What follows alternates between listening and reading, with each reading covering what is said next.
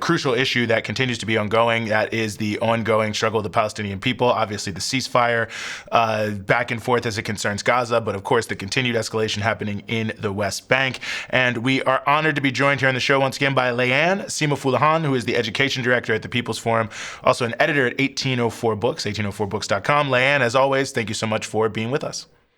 It's great to be back with you both. Well, it's great to have you here with us. Maybe just give us a sense of what the state is with the ceasefire. I mean, I know there's been some back and forth between whether or not people were going to be released, and then they were being released, and then it was under certain circumstances, and then Israel saying they're backing out of some parts and staying on the border with Egypt, and all these. It just seems like it's hard to follow on a day-to-day basis exactly what's happening for many people. So what's happening with the ceasefire? Is it holding? Is it ongoing? Are the Israelis doing what they said they're going to do? What's happening? Well, Eugene, it's holding by one definition, because if you ignore the constant Israeli violations of the ceasefire, then we might say it's still continuing to hold. But in the formal sense, yes, it's still holding. The negotiations for the second phase have begun today. The Israelis finally sent a delegation to Cairo to meet with their counterparts from Qatar and the United States. And they are now talking about the next phase. Now, Israel has been very much trying to sabotage the ceasefire agreement or stall moving to the second phase. They've requested to extend the first phase for a longer period of time. The defense minister, Katz, has been declaring that they will not withdraw from the Philadelphia corridor, which is the southern border between Gaza and Egypt, which they are supposed to have fully withdrawn from this area by the end of the first phase. So Katz is going on to the media saying they will not, that they are going to consider this a buffer zone.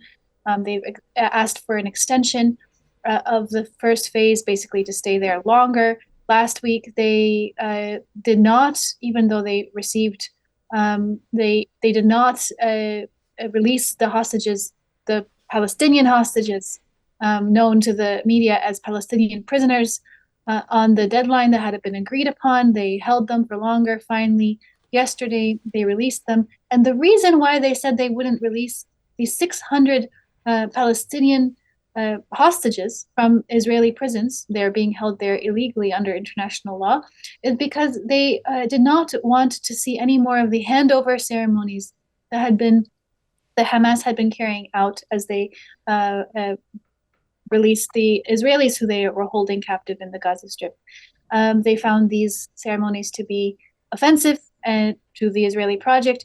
And we saw images from those ceremonies, the Israelis who were being held in Gaza, looking well fed, looking happy.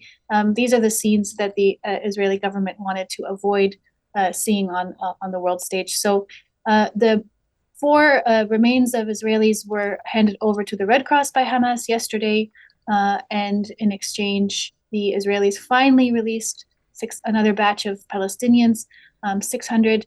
A good number of those have been deported abroad. A larger number have been returned to Gaza, and then some to the West Bank. So we're in a fragile state. It's clear that the Israelis are nervous about moving to the second phase.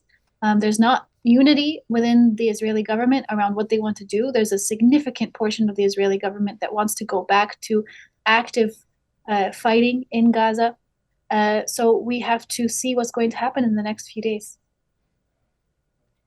You know, Layan, when it comes to these ceasefires, which Israel continues to violate, I mean, they're so one-sided, whether we're talking about the ceasefire in Gaza, whether we're talking about, the ceasefire in Lebanon, the Israelis continue to bomb, they continue to violate, they continue to attack. I mean, they just bombed Rafah a couple of days ago. They keep denying things from going into Gaza. Like you said, they had refused to release these Palestinian hostages. Just trying to find any reason to undermine these ceasefires. And others have argued that these ceasefires serve as these strategic pauses for the Israelis to basically regroup and then continue their attacks. So I'm just curious, what strategies do you think Israel is using to sabotage this deal? And how do these attempts at sabotage fit into its longer term objectives? in Gaza and beyond. And maybe now would be just a good time to mention that we all just saw that disgusting video that Trump put up that was like created by AI. I'm not sure who made it, but it was disgusting. It just was just blatant colonialism. Like all he sees is beachfront property in Gaza, which speaks to those longer term ambitions of people, of the Israelis and those aligned with them, like Trump. Yeah, absolutely. Well, I think I would first start by saying that I think that the ceasefire, on the one hand, you could see it as a moment for the Israelis to be regrouping, but let's also remember the terms under which the ceasefire came into effect, which actually was the terms that Hamas had proposed months and months before. And Israel was forced to come to the table to accept those terms. Now, as the ceasefire is continuing, they are, of course, looking for ways to undermine those terms, which they never really wanted. They wanted to see the full disarmament and dissolution of Hamas, for example. Now, that's not what we're seeing on the streets of Gaza. That we're not seeing that Hamas has laid down weapons or that Hamas has gone away. And in fact, Hamas has said, we agree to all the terms of the ceasefire. We are committed to the ceasefire, has continuously said this, but has said that no, we will not disarm. And to ask people who have been the recipients of genocidal bombing for over 15 months to disarm is a huge thing. So this is one of the things that Israel is trying to find a way to make possible through the ceasefire moment right now. This is also something that they have in common with the Trump administration. The Trump administration has been very clear. They've said word for word that Hamas is a red line, that they would like to see Hamas completely, they insist on seeing Hamas completely demilitarized. Trump has a vision for Gaza that he put out in a very offensive video of capitalist development, of just turning it into a resort, basically, completely ignoring the social fabric of the Palestinian people and their right to a sovereign society in the Gaza territory. And he has said that he is going to do everything he can to make that possible. So the Trump administration and the Israelis are united on their vision for the day after. Now, it is unclear exactly now how the Trump administration is relating to the Israelis' wishes right now. It seems that the Trump administration would like the ceasefire to go forward, whether or not it is for them to have more time to try to build out this plan of turning Gaza into some sort of tourist resort area that would line the Trump administration with more money. I'm not sure, and we're not sure. We can't tell for sure. But we know that they are now at the table. The Israelis are at the table with the Americans. They are negotiating the second phase of the ceasefire. We don't know if they will result in the next few days with an agreement, if there will be an extension, or if there will be a return to the fighting. This we'll know more in every hour that passes. Of course, Hamas has said that they want to go to the second phase of the ceasefire, that they will abide by the terms, and that they are ready for doing so. So it's really the Israelis and the Americans that are stalling, that are sabotaging, and that are undermining the process.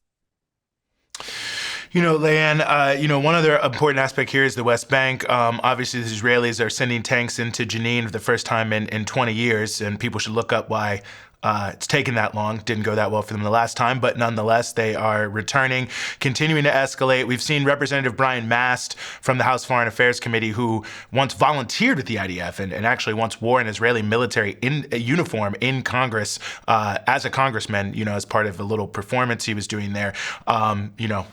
Just going to leave that to the side, but people should think about that too. Now calling on all the committee staff at the House Foreign Affairs Committee to refer to the West Bank as Judea and Samaria, which of course is only the language used by the most sort of expansionist, settler colonial elements of the Israeli political establishment. I guess I just wonder if you think that to some degree, given the inability to impose a solution on Gaza, now there is an attempt to turn towards imposing, even greater land grabs and ethnic cleansing in the West Bank as something of a gift to the far right forces who are angry that they were not able to complete their genocide in Gaza. I think that's a definite possibility. When the ceasefire was first coming into effect, there was some signs saying that one of the ways in which Netanyahu was able to get his government to agree to the Gaza ceasefire was by basically saying that Trump will give us the West Bank as a gift. There's elements of the Trump administration who have declared that Judea and Samaria is the correct name for the West Bank, that annexing the West Bank is definitely on the table for Israel. It's something that the United States would support. And it's not coincidental that around the same time that the ceasefire came into effect in Gaza, that there was this escalated assault on the West Bank. We've seen now displacement of over 40,000 people from the West Bank. Many of those people are previously people who have been displaced before. They are being displaced from refugee camps in which generations have been living, waiting for the chance to be able to return to their ancestral homes. There's been assaults on hospitals. There have been assaults on homes. Basically, all the techniques that we've seen in Gaza are being played out now in the West Bank. The tanks entering in is another escalation of the Israeli assault on the West Bank. And I don't think it's coincidental at all. There are elements of the Israeli government and society that is unwilling to accept an actual pause of the war against the Palestinian people. And so in order to make the ceasefire in Gaza happen, Israelis are also continuing their assault in other places. It's not just Palestine as well. What happened over the past few days? Israel has been bombing Syria, bombing large areas of southern Syria all the way to Damascus. They have occupied a significant amount of Syrian territory. Now, even the Syrian government under Ahmed al-Shara has actually said that this is a violation of Syria's sovereignty. They had not said this so clearly for quite some time. But Israel has said that they will remain there. And just today, they have said that they will remain in Lebanon, holding a buffer zone by the southern border. Katz declared this as well. And he said that he has American approval for this, also a violation of the terms of the ceasefire in Lebanon. So the Israeli assault on the Palestinian and neighboring Arab people is continuing. Still, drones are assassinating Lebanese, and bombs are still falling on Syria. So we need to look at this in the full picture, not just what's happening in Gaza, where there's still continued violations of the ceasefire, assassinations, and killings being carried out there as well. But we need to look at all of the areas in which Israel is fighting against the Palestinian Arab people in the region. Mm-hmm, mm-hmm. Well, Layan, as always, we really appreciate you coming through to help us sort through it all, explain a lot of complicated news to us. I'm sure we'll be calling on you again. Layan Fuleihan, who is the education director at the People's Forum in New York City and an editor of 1804 Books. Thank you so much for being with us here on the Freedom Side. Thank you for having me.